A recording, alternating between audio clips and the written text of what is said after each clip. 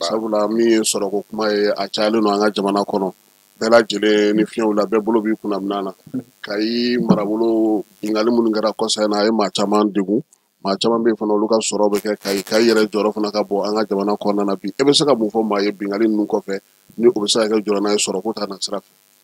Non, an bɛ nin fɛn ninnu kɔnɔ ni jatigɛ walikɛla ninnu kabini san 2012 a barika bonyana fanga bonyana kosɛbɛ an ka jamana kɔnɔ an ɲɛ bɛ min na a tun daminɛna jamana kɔrɔn fan fɛ a jiginna dɔɔni dɔɔni sisan Mali région tɛ yen k'a fɔ jatigɛwala ninnu tɛ baara jugu kɛ yɔrɔ minnu na bon a taara an kɛrɛfɛ dugu fana la n'o ye Burkina Faso ni Niger ye mais a bɛ sisan fo Benin yɛrɛ kɔgɔjida dugu ninnu baara jugu ninnu bɛ ka taa fo yen an bɛ min kɛ an bɛ cɛsiri de kɛ parce que nin tɛ tile fila baara ye kɔni nin ye baara kuntalajan de ye mais a bɛ se ka kɛlɛ cogoya min na o ye ni jamanadenw ni finitigiw y'u tɛgɛ di ɲɔgɔn ma barisa kibaruyaw bɛ sɔrɔ ten de information bɛ di ten de ni fɛn minnu mɔgɔw ye fɛn minnu ye ni an m'u ko minɛ ou bien n'o ye dunan sugu dɔw ye minnu ma tɛ deli ka minnu ye u ka taamasiyɛn di finitigiw ma n'o kɛra o de b'a to bɛɛ bɛ se ka lakana parce que lakana in kunbɛli de ka nɔgɔ a la ni a kɛlɛli yɛrɛ ye donc vraiment an b'o de fɔ ni min kɛra Kayi ni y'o joué kalo tile fɔlɔ yɛrɛ y'a ɲɛfɔ cogoya min na baara a gɛlɛyara a dabɔra min kama ka mɔgɔw jatigɛ ka mɔgɔw lasiran ka mɔgɔw ka baarakɛminɛnw tiɲɛ ka mɔgɔw ka baaraw tiɲɛ bon ani ka mɔgɔw lasiga ɲɔgɔn na donc an k'an kɔlɔsi fana amalgame na voilà an kana bagan ɲɔgɔn ma an ka jateminɛ kosɛbɛ n'an bɛ min fɔ vraiment an ka finitigiw to olu k'u ka baara kɛ ni kibaruya minnu b'an bolo an k'olu di dɔn. Kayi jɔyɔrɔ yɛrɛ ye jumɛn Mali sɔrɔko la ni Kayi sira ka bɔ Bamakɔ ka taa Dakar. Mais Kayi jɔyɔrɔba de bɛ Mali sɔrɔko la i b'a dɔn k'a fɔ an ka minɛn minnu bɛ bɔ kɔfɛ ani an ka minɛn minnu bɛ taa kɔfɛ kɛmɛ sara la 70 bɛ tɛmɛ Kayi de fɛ barisa u bɛ taa Dakar de fɛ bi bi in na gɛlɛya bɛ sirako la Kayi sira yɛrɛ ɲɛ b'a la bon sira in fana tiɲɛna barisa fɔlɔ camion tun tɛ taa train de tun bɛ doni ninnu kan bon ni doni giriman bɛ sira kan sira bɛ tiɲɛ joona an y'a ɲɛf'i ɲɛna sira ninnu kilomɛtiri bɛ taa fo 1,500,000 ɲɔgɔn na a sira ɲuman dɛ donc vraiment a ka o baara ninnu kolo ka girin kosɛbɛ donc vraiment fo mɔgɔw k'u janto doni camion minnu bɛ tɛmɛ vraiment u kana tɛmɛ minɛn hakɛ dɔw kan min yamaruyalen don mais ani il faut que an ka terrain ko in ɲɛnabɔ parce que a bɛna sirako nɔgɔya kosɛbɛ k'a to a da ka nɔgɔn wa a ka teli fana et puis a b'a to fana dugu minnu bɛ rayida la olu fana bɛ se ka activité économique kɛ donc o bɛ caman bɔ secteur fɛn gɛlɛya la Kayi région kɔnɔ bon i ye a fɔ sanu bɔyɔrɔ ninnu fana caman bɛ Kayi de ne y'a ɲɛfɔ cogoya min na bon an ɲɛ bɛ gɛlɛya dɔw fana bɛ ka na olu ka minɛnw ɲini siranni ka mɔgɔw lasiran fɛn dɔw la a bɛna ni gɛlɛya dɔ ye donc u bɛɛ bɛna to dɔ bɛ bɔ sɔrɔ la u bɛɛ bɛna to dɔ bɛ bɔ baara min bɛ se ka di mɔgɔw ma donc vraiment an bɛ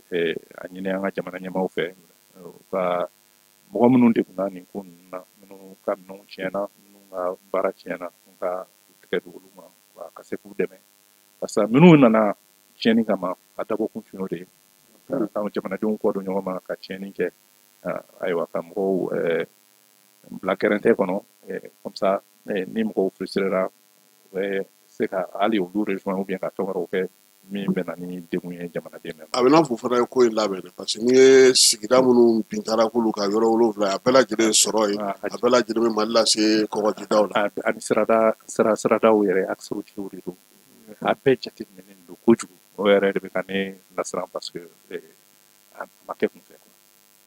Bi est ce que a b'an ka to jamana ka hakili to sanubɔyɔrɔ minnu bɛ Kayi hali n'o y'a sɔrɔ sanubɔyɔrɔ belebeleba ninnu se ma k'u ma fɔlɔ parce que u fana ka lakanako bɛ yen. A dabɔkun y'o bɛɛ de ye mais je pense que jamana ɲɛmaaw hakili b'o bɛɛ la. Mais bi n'i ye sɔrɔko yɛrɛ ta k'a lajɛ an ka jamana kɔnɔ an ka jamana yɛrɛ bɛ sɔrɔ minnu kɛ an bɛ mun dun an bɛ minnu ta ka bɔ kɔfɛ a ko yɛrɛ bɛ cogo di. Bon, i b'a dɔn an bɛ diɲɛ bɛ gɛlɛya dɔ kɔnɔ kabiri corona bana kɛlɛ. Bon, Rusiw ni Ukrainiens ka kɛlɛ fana o nana ni taji sɔngɔ yɛlɛni ye. Taji dun fana bɛ don fɛn caman la hali ka dan sanni feere la diɲɛ kɔnɔ o bɛ kɛ kɔgɔji donni de fɛ n'a bɛ fɔ a ma ko voie maritime. Bon, minɛn fɛn fɛn bɛ san ka feere diɲɛ kɔnɔ 100 la 80 bɛ tɛmɛ par voie maritime. Bon, donc ni transport maritime yɛlɛla minɛn fɛn fɛn bɛ donni o sɔngɔ bɛ yɛlɛ. dɔ bɛ yɛlɛ O bɛɛ bɛ yɛlɛ. Bon, anw ka jamana dun kabini an y'an ka hɛrɛma hɔrɔnya sɔrɔ Mali an bɛ minɛn min san kɔfɛ o de ka ca n'a bɛ fɔ a ma ko importation o de ka ca n'an bɛ minɛn min feere kɔfɛ n'a bɛ fɔ a ma ko exportation. Bon, donc o bɛ na ni gɛlɛya dɔw ye o de kɛlen bɛ yɛrɛ ka fɛnw sɔngɔ yɛlɛ an fɛ yan n'a bɛ fɔ a ma ko inflation. An bɛ fɛn minnu san don o don n'an mago b'u la n'a bɛ fɔ a ma ko bien le service de consommation. Inflation b'o de mesurer inflation bɛ ka yɛlɛ kosɛbɛ san 2025. Ni inflation yɛrɛ la ni saraw ma yɛlɛ mɔgɔw ka sɔrɔ bɛ jigin. Donc f'an k'an janto o yɔrɔ la surtout balo ta sira fɛ barisa jateminɛ na an ka jamana ninnu kɔnɔ sara fanba sɔrɔ fanba a bɛ don dumunifɛnw de la dumunifɛnw sɔngɔ yɛrɛ la kojugu dɔrɔn donc a bɛ na ni gɛlɛya ye famille kɔnɔ. mɛ an y'a ye k'a fɔ u y'u ɲɛsin Kayi ma u y'u ɲɛsin Yoro ma a dugu ninnu bɛɛ lajɛlen na fana sɔrɔ bɛ kɛ i yɛrɛ sirabako fɔ n'o ye an ka Kayi sirabako in ye siraba in yɛrɛ bɛ mun de ɲɛ Mali ye ka bɔ Dakar ka na yan. Siraba in bɛ fɛn bɛɛ de ɲɛ Mali ye i yɛrɛ b'a dɔn k'a fɔ an ni Sénégal tun jɛlen bɛ an tun ye dugu kelen ye n'a bɛ fɔ o ma ko fédération du Mali n'o cira 1960 o k'a sɔrɔ an ka yɛrɛma hɔrɔnya ta Sénégal fana ka yɛrɛma hɔrɔnya ta mais donc an ka minɛn 100 la 70 bɛ bɔ Dakar de Dakar port donc ni sira tigɛra n'i ye Kayi tigɛ Bamako la ka Kayi tigɛ Dakar la bon n'i ye 100 la 70 n y'a dɔn f'i ka ɲɛ wɛrɛ ɲini o la donc ne ɲɛna o jate de b'u fana kunna quoi. Pour ka se ka tiɲɛni don bon Yoro fana b'a la Mauritanie i b'a dɔn an bɛ surtout balo ni fɛn dɔw bɛ minɛn marchandise bɛ don nɔnɔ ni farine ninnu o caman bɛ don Mauritanie fana fɛ bon n'i ye Yoro fana blocus kɛ Yoro la bon donc o fana bɛ na ni gɛlɛya ye o ta sira fɛ. mais bi est ce que ɲɛmaaw man ka fɛɛrɛ tigɛ parce que n'i y'a jateminɛ waleya in kɛlen ciment dilan usine minnu n'olu taara jeni n'u minɛnw caman tiɲɛna kuma tɛ Bafulabe marabolo kɔnɔna na a baarakɛlaw b'a la k'a fɔ ko baarako kuma yɛrɛ tɛ ka fɔ tuguni olu kɔni sigilen don so hali bi. oui mais i bɛ fɛn sanu baara ni usine baara bayɛlɛmali baara in baarakolo girin de don nafolo ta sira fɛ miliyari caman de don d'abord minnu ka miliyariw taara tasuma la n jenina minɛn minnu jenina minnu ye wari don a la olu de ka bɔ nafolo jenina bon ni minɛn bayɛlɛma usine n'a ma baara kɛ pour que ka feere kɛ ka sɔrɔ kɛ a bɛ se ka mɔgɔw sara cogo di bon minnu ka baarakɛ minɛn tiɲɛna minnu y'u ka wari don usine ninnu yɛrɛ la olu jɔrɔlen bɛ yɛrɛ parce que a caman bɛ juru de ta ou bien u ye mɔgɔ wɛrɛw ka wari minɛ k'a don ni fɛn ninnu na donc problème de don mais ne ɲɛna problème min don jamana ɲɛmaaw kan ka ciment sɔngɔ yɛlɛ la est ce que mais ciment sɔngɔ ma yɛlɛ premier juillet kama dɛ avant ça ciment sɔngɔ yɛlɛ la par sa logistique sɔngɔ yɛlɛ la transport k'a donni ka bɔ yɔrɔ dɔ ka na yɔrɔ dɔ transport de sɔngɔ yɛlɛ la bon Kayi sira i yɛrɛ b'a dɔn k'a fɔ sira tɛ yen bilen bon donc ni détour bɛ kɛ ka taa yɔrɔ wɛrɛ yɔrɔ wɛrɛ yɔrɔ minnu ka jan ne yɛrɛ dɔ tun y'a fɔ n ɲɛna ko 100 la sira sɔngɔ donni ta sira fɛ 100 k'a yɛ kun yɛlɛla ni 20 de mais n'a yɛlɛla ni 20 ye olu b'o bɔ kɔtɔnɔ la u b'a fara kan voilà donc logistique sira de don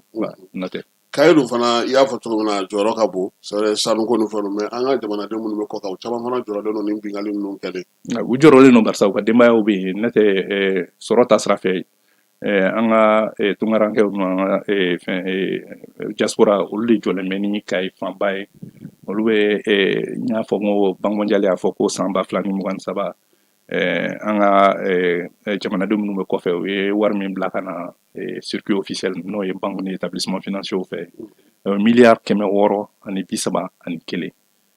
CFA la o y'o de bila ka na Mali kɔnɔ mais ni donbolo tɛ kelen ye ne ɲɛna donbolo yɛrɛ fana b'o bɔ donc o gɛlɛya ninnu kɔnɔ je pense que dɛmɛ min bɛ bɔ kɔfɛ mɔgɔ kan ka hakili t'o la mais an kan ka jateminɛ baara bɛ se ka kɛ ni o wari ninnu ye barisa a bɛɛ bɛ don consommation de la donc ka investissement dɔw bɛ se ka kɛ a bɛ se ka don courant na a bɛ se ka don sira la a bɛ se ka don fɛn wɛrɛw la an ka jamana kan k'a lajɛ o ni kɔfɛmɔgɔw bɛ se ka baara kɛ cogoya min na n'u bɛ se ka investissement kɛ k'a lajɛ barisa juru sɔngɔ ka gɛlɛn an ka jamanaw la mais an ka baarakɛla minnu bɛ kɔfɛ juru sɔngɔ ma ka nɔgɔ ye donc an bɛ se ka hali bɔn la diaspora kɛ min b'a to mɔgɔw bɛ se ka investissement kɛ u ni jamana bɛ baara kɛ cogoya min na ani u ni kɛn yɛrɛw bɛ se ka baara kɛ cogoya min na o de la jamana ni kɛn yɛrɛw kan k'u tɛgɛ di ɲɔgɔn ma pour que k'a lajɛ baara minnu bɛ se ka kɛ kɛnɛmamɔgɔw an ka mɔgɔ minnu bɛ jamana kɔfɛ ani minnu bɛ jamana kɔnɔ u ni jamana yɛrɛ bɛ se ka baara kɛ cogoya min na mais n y'a ɲɛfɔ cogoya min na jamana tɛ commerçant ye bilen jamana kan ka kɛn yɛrɛw de bila ɲɛfɛ k'u jukɔrɔma tinti k'u dɛmɛ pour que olu ka se k'u ka baara kɛ voilà. Mais bi n'i ye bingali in kɔfɛ jateminɛ i b'a ye k'a fɔ i ye min fɔ jatigɛ ma na nka kayika minnu bɛ yen n'olu yɛrɛ bɛ baara kɛ jagoko hukumu kɔnɔna na u caman bɛ ka ɲininkali kɛ olu kan ka se ka mun yɛrɛ kɛ bi yaasa u ka jago n'u ka fɛnw a kana na tiɲɛ parce que ni bingali in fana taa ni ka segiw siraw a b'olu fana taali gɛlɛya kosɛbɛ. Bon moptikaw o de bɛ moptikaw kɔnɔ o de bɛ gawukaw kɔnɔ o bɛ an sɔn minaka kidal tesali yɔrɔ bɛɛ hali bamakɔ bi parce que ni mɔgɔ ninnu u ye bɛ k'a yira de segu u bɛ k'a yira de k'a fɔ ko mali yɔrɔ bɛɛ u bɛ se ka tiɲɛni kɛ mais tiɲɛni n y'o de fɔ n ko sécurité 100% tɛ yen parce que ka na ka tiɲɛni kɛ ka boli tiɲɛni de ka nɔgɔn ni dilanni ye voilà donc c'est o de la n y'a fɔ n ko finitigiw ni population ka complicité o de b'a to ni fɛn caman bɛ se ka kunbɛn n'i y'a ye an bɛ minnu ye mais dɔw bɛ kunbɛn n'o tɛ fɔ donc voilà donc il faut vraiment ka o de ka renforcer prévention ani information ka se ka di ɲɛ b'a la hali o don in na n ye numéro vert caman ye je pense qu'o bɛɛ ye initiative ɲuman ye u ka mɔgɔw encourager et puis le renseignement il faut renseignement ka renforcer davantage je pense qu'o de b'a to parce que il faut jamanaden yɛrɛ jɔyɔrɔ b'a ka lakana na jɔn jamanaden mais bien sûr mais e bɛ ka min fɔ c'est à dire bibi in na mais ka y'an y'a ye ko mɔgɔw ma siran mɔgɔw ma bɔ wa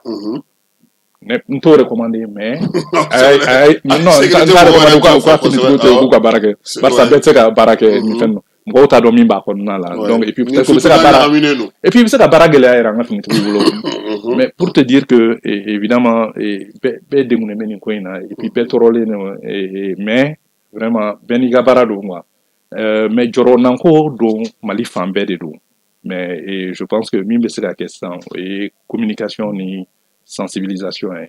ani partage de renseignement. Voilà. AES ko fana b'a la an y'a ye k'a fɔ bingali a ma dan yan dɔrɔn ma an lamini jamana ninnu bɛɛ lajɛlen y'u niyɔrɔ sɔrɔ a la AES dɔ fana ka wulikajɔ sigilen dɔ fana ye min ye bɛn ni kelenya ale ni basigi ɲinini ye ka na u ka jamanaw kɔnɔna na. Awɔ AES n'a bangera juillet kalo tile 6 san 2023 ale dabɔra min kama o ye jamana saba in bɛ se k'u tɛgɛ di ɲɔgɔn ma cogoya min na jamana wɛrɛw kumaɲɔgɔnya ani lakana ani sɔrɔ ta sira fɛ je pense que o ye ko ɲuman ye barisa jamana saba in n'i y'a insécurité jatigɛ walekɛla ninnu u y'a daminɛ mali de la u jiginna dɔɔni dɔɔni ka na burkina ka sɔrɔ ka taa niger donc sisan u bɛ fo golfe de guinée k'o jifɛ jamana ninnu Benin, Togo, Ghana, ani Côte d'Ivoire, ou bɛɛ de bɛ attaquer la sisan. Donc n'i y'a ye ko jamanaw kan k'u tɛgɛ di ɲɔgɔn ma kan k'u tɛgɛ di ɲɔgɔn ma lakana ko la donc jamana saba in avancer o de kan kosɛbɛ o foli kan ka kɛ bon sɔrɔ fana ta sira fɛ an ka jamana saba ninnu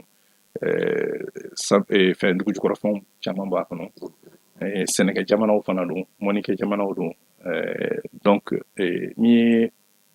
sanu dɔrɔn ta n bɛ misali nin ma n'i ye sanu ta n'i ye mali ni burkina ka sanu min bɛ bɔ industriel n'i y'o fara ɲɔgɔn kan olu bɛ kɛ producteur numéro 1 ye Afrique o bɛ caya ni Ghana ta ye n'i ye kɔɔri ta yanni ɲinan ka se an tun ye fɔlɔ ye mais n'i y'an ni burkina fara ɲɔgɔn kan an bɛ kɛ fɔlɔ ye Afrique bon suman fana o y'o kelen ye bagan fana y'o kelen donc N'i ye Niger fara o fana. Non, mais an bɛ par exemple kɔɔri. Munna an tɛ se k'an ka intrants san ɲɔgɔn fɛ. Engrais ni fɛn ninnu. Ni yanni Burkina ka taa sa d'an ma an ka tan sa. Munna an tɛ usine de grainage jɔ ɲɔgɔn fɛ. Munna an tɛ usine de textile jɔ ɲɔgɔn fɛ. O tɛ baara nɔgɔya. Bon, banque d'investissement in bɛ se k'o baaraw de kɛ. Mais n'i b'o kɛ, i bɛ fɛ ka jamana saba in gɛrɛ ɲɔgɔn na fana, f'i ka sira kɛ u ni ɲɔgɔn cɛ. Parce que sira de b'a to développement bɛ na. Et puis lakana fana bɛ na parce que ni yɔrɔ enclavé la de tiɲɛni ka teli ye o yɔrɔ la ka tɛmɛ ni mɔgɔw bɛ yen ani ni yelen bɛ yen.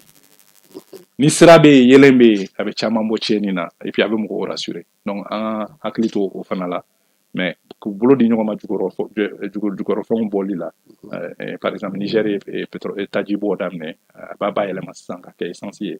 O n'a ɲɔgɔnnaw anw dun bɛ fɛn min san kɔfɛ ni fɛn bɛɛ ye kɛmɛ sara la an bɛ fɛn min san kɔfɛ 37 o ye taji ni gazi ni fɛnw ye. A ka ca ni 1000 milliards ye an bɛ min don san o san an bɛ fɛn min san kɔfɛ. Donc n'an ka m'o san olu fɛ n'an bɛ bolo bɛ ɲɔgɔn bolo dɔ bɛ se ka. Hali n'an ma se k'a bɛɛ san o fɛ an bɛ se ka dɔ san o fɛ parce que hali n'u b'a sɔngɔ jigin an ye dɔɔni mais il faut pas k'a ka jigin kojugu pour que o fana ka tɔnɔ kɛ mais o ka to fana sira bɛ yen min bɛ se k'a to. A bɛ se ka na cogo voilà donc binganni walenkɛla ninnu gɛlɛya minnu b'an ka jamana saba kɔnɔ o ye ka zone de production c'est à dire sɛnɛ ni fɛn ninnu bɛ minɛnw bɛ dilan k'a donni ka taa sugu la bon a bɛ fɔ de ma ko enclavement bon désenclavement intérieur o de n'i ye sira kɛ togodaw ni feerekɛyɔrɔw ni ɲɔgɔn cɛ o de bɛ na ni a to sɔrɔ bɛ yɛlɛn dɔ bɛ bɔ lakanabaliya fana la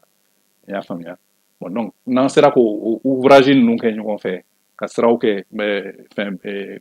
Gao c'est à 4 heures de Niamey par exemple o n'a ɲɔgɔnnaw o bɛ Gao désenclavé o n'a ɲɔgɔnnaw Burkina ni Mali yɔrɔ tɔw parce que n'i ye frontière lajɛ Mali Niger c'est à peu plus de 800 kilomètres ka ca ni kilomètres 800 ye mais Mali Burkina c'est 1300 kilomètres 1000 ani 100 donc jamana mais est-ce que banque d'investissement ale tɛna se k'o baara kɛ a kan ka se k'o baara kɛ parce que banque d'investissement t'an baara yan banque d'investissement min bɛ yan o ye banque ouest africaine de développement de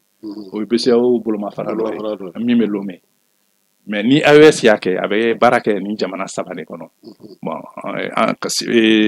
CEDEAO fana ka banque d'investissement tun b'a bolo bon maintenant ni jamana saba in comme u ka gɛlɛyaw ye kelen ye u ka sɔrɔtaw ye kelen n ye min fɔ kɔɔri t'a la ni Mali ni Burkina jɛra ka fɛn dɔw kɛ ɲɔgɔn ani Niger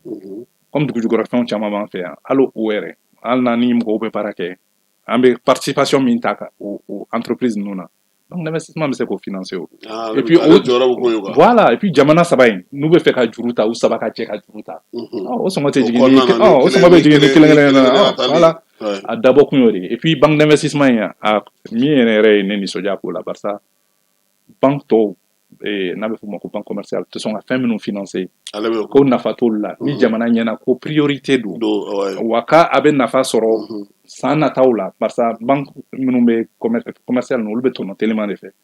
mais fɛn dɔw bɛ yen i bɛ n'i mana wari don a la a bɛ temps ta mais nafa bɛ jamanadenw ma voilà bon donc banque d'investissement bɛ se k'i ɲɛsin o bɛɛ de ma ayiwa AES ko hukumu kɔnɔna na fana an y'a ye k'a fɔ min ye kunun Lomekaw fɛ yen ɲɔgɔn ye tun bɛ yen UEMOA ka ɲɔgɔn ye an y'a mɛn ko AES jamanaw ye da tan ka bɔ min ye o waleya in ye an dun b'a dɔn k'a fɔ fana sɔrɔ ko de fana ye o ye UEMOA ale ye jamana 8 ye mun b'an fanfɛ bolo fɛ u bɛɛ lajɛlen ka wari dunta o ye CFA ye. Oui, an bɛ jɛkulu dɔ de kɔnɔ ko UEMOA Union économique et monétaire ouest africaine n'a bangera janvier kalo tile 10 san 1994 bon ale farala UEMOA de kan UEMOA ni o de ye CFA créé jamana 6 de ye CFA créé le 12 mai 1962 mai kalo tile 12 san 1962 jamana 6 in Mauritanie tun b'a la Mauritanie bɔra i y'a faamuya bon Mali tun t'a la Mali donna Togo tun t'a la Togo fana donna bon sisan Guinée-Bissau fana donna sisan donc o de y'a kɛ jamana 8 ye i y'a ɲɛfɔ cogoya min na ne yɛrɛ y'a kuma mɛn mais ma jamana ɲɛmaaw mɛn k'a kuma fɔ fɔlɔ bon conseil des ministres de don ministres ka conseil bon ministre ka conseil jamana bɛɛ b'a kɛ kelen kelen de normalement jamana kelen bɛ san fila de kɛ a bɛ Côte d'Ivoire ɲɛmaaya bɛ Côte d'Ivoire de bolo sisan a dir'olu de ma sa kɛ ayi a tun b'olu de bolo sisan ɲɛ min mɛn k'a tun kan ka di jamana wɛrɛ ma mais olu y'a mara bon a kɔni b'olu bolo halisa parce que a ma yɛlɛ a ma di mɔgɔ wɛrɛ ma voilà a bɛ Côte d'Ivoire de bolo halisa mais mun y'o kɛ bon ne i ye min fɔ ne yɛrɛ fana y'a mɛn n y'a mɛn source kelen dɔrɔn de la bon donc ne fo n k'a croiser i ka ɲininkali sisan voilà UEMOA ma kuma fɔ olu ye communiqué kɛ mais ko réunion kɛra u ma a fɔ ko incident kɛra bon Mali gouvernement fana parce que an ka ministre fila tun normalement olu tun participera olu fana ma kuma kɛ fɔlɔ donc j'attends le communiqué du gouvernement du Mali. mais est ce que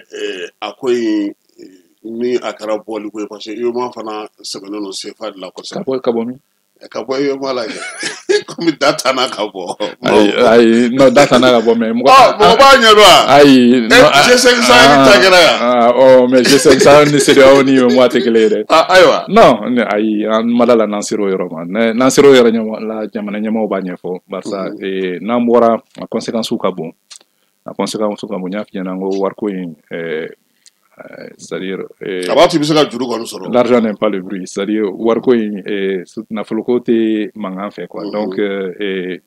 c'est-à-dire an bɛ fɛn tɔw kuma fɔ ni dusu ni fɛnw cogoya min na wariko tɛ se ka kɛ i b'a dɔn k'a fɔ ko juillet kalo tile fɔlɔ an y'an ka san 1970 an y'an ka wari créer an ye UEMOA traité an y'a signé mais an ma sɔn k'a ratifier an taara franc malien créer mais an y'a ɲini ka don an tilala san 5 kɔfɛ san 1997 décembre an y'a accord signé tuguni k'an bɛ segin CFA la i b'a dɔn an seginna tuma jumɛn juillet kalo tile fɔlɔ san 1984 1er juillet 1962 1er juillet 1984 tubabuw u y'an bila kɔnɔli la 17 ans pour que k'a yira n na ko k'a fɔ ko u b'an puni parce que an bɔra an tilala ka na parce que u y'a yira n na voilà mais o tɛ problème ye min ye est ce que CFA in nafa jumɛn b'a k'an bolo n y'a f'i ɲɛna n ko dɔgɔkun tɛmɛnen mercredi tɛmɛnen don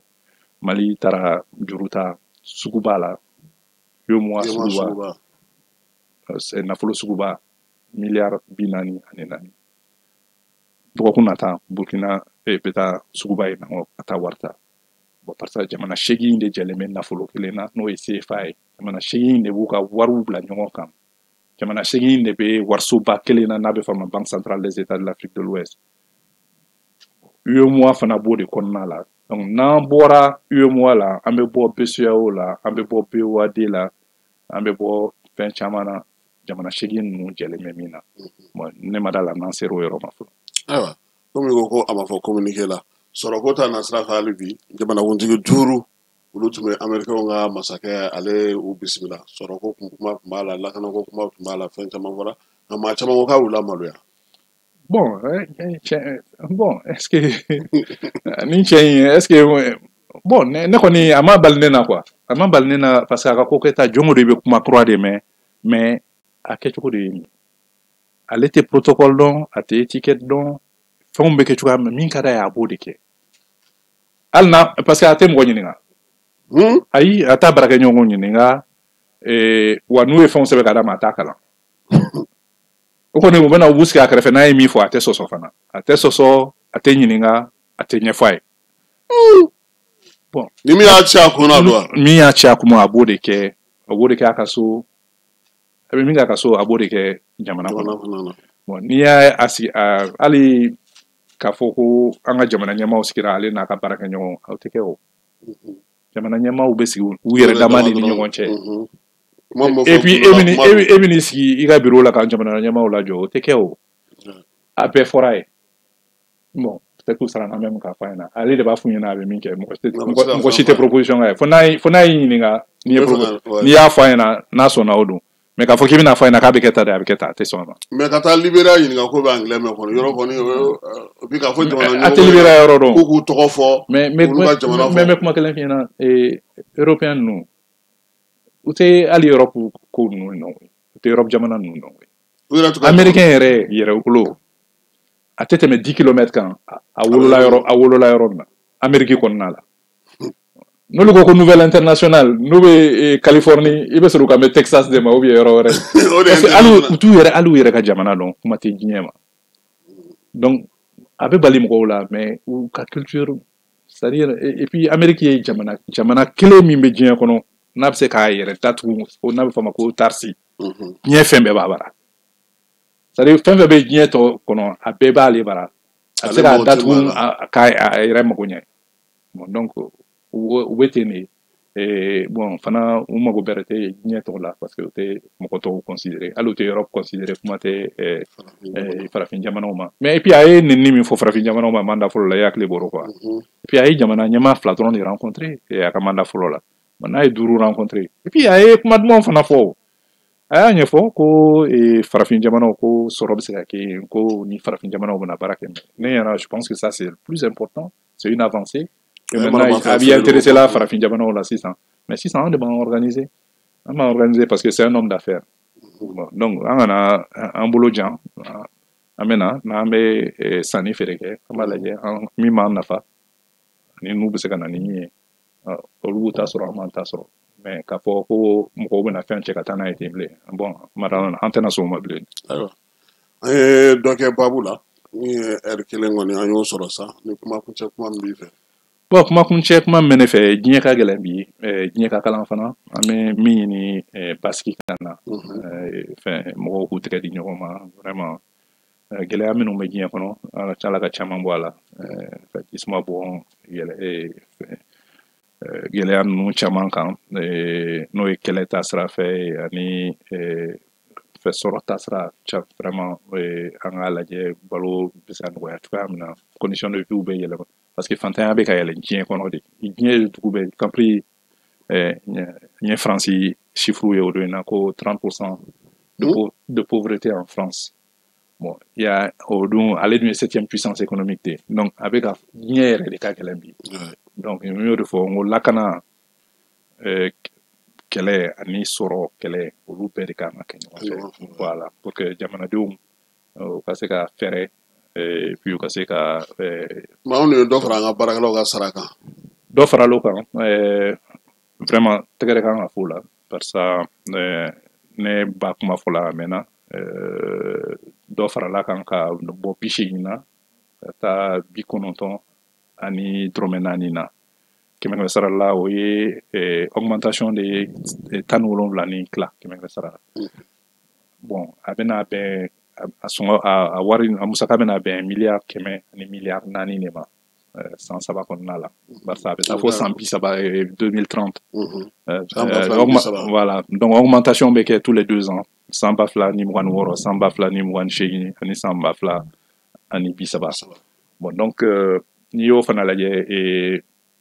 san 2023 fo san 2025 min farala masse salariale kan n'o ye foroba baarakɛlaw ka sara ye budget miliyari 70 ani 7 bon donc o bɛɛ de bɛ kɛ la farisa kumaɲɔgɔnya de bɛ syndicat patronat ni jamana ɲɛmaaw cɛ pour que grève ninnu ni fɛn ninnu olu de bɛ fana y'a dama gɛlɛya de ye voilà donc a bɛ jamana segin kɔ kosɛbɛ donc ni ye baara taabolo ye nin ye a babu fɔlɔw ye mais baara wɛrɛw kan ka kɛ secteur informel minnu bɛ baara kɛ fana kɛnyɛrɛyew ni sebɛrɛtiw ye n'u tɛ sara fana sɔrɔ dɛmɛ bɛ se ka k'olu fana ye kɔfɛ cogoya min na mais n y'a ɲɛfɔ cogoya min na jamana ka moyen limitelen don mais dɔɔni dɔɔni don mais je pense que an bɛ sira ɲuman kan o ta sira fɛ. Ayiwa an b'i fo i nali la an ka kɛnɛ kan bi sibiri dɔ in na min ye Falaye Keyita ni Keba Jalo olu fana tun bɛ yan Modibo Mawu Makalu ale de tun y'an ka bi maa welelen tilegan in na ka na kuma sɔrɔ ko kuma kan Kayi bingali min kɛra ye ka se ka dɔ fɔ o kana kan min ye UEMOA jamanaw ye olu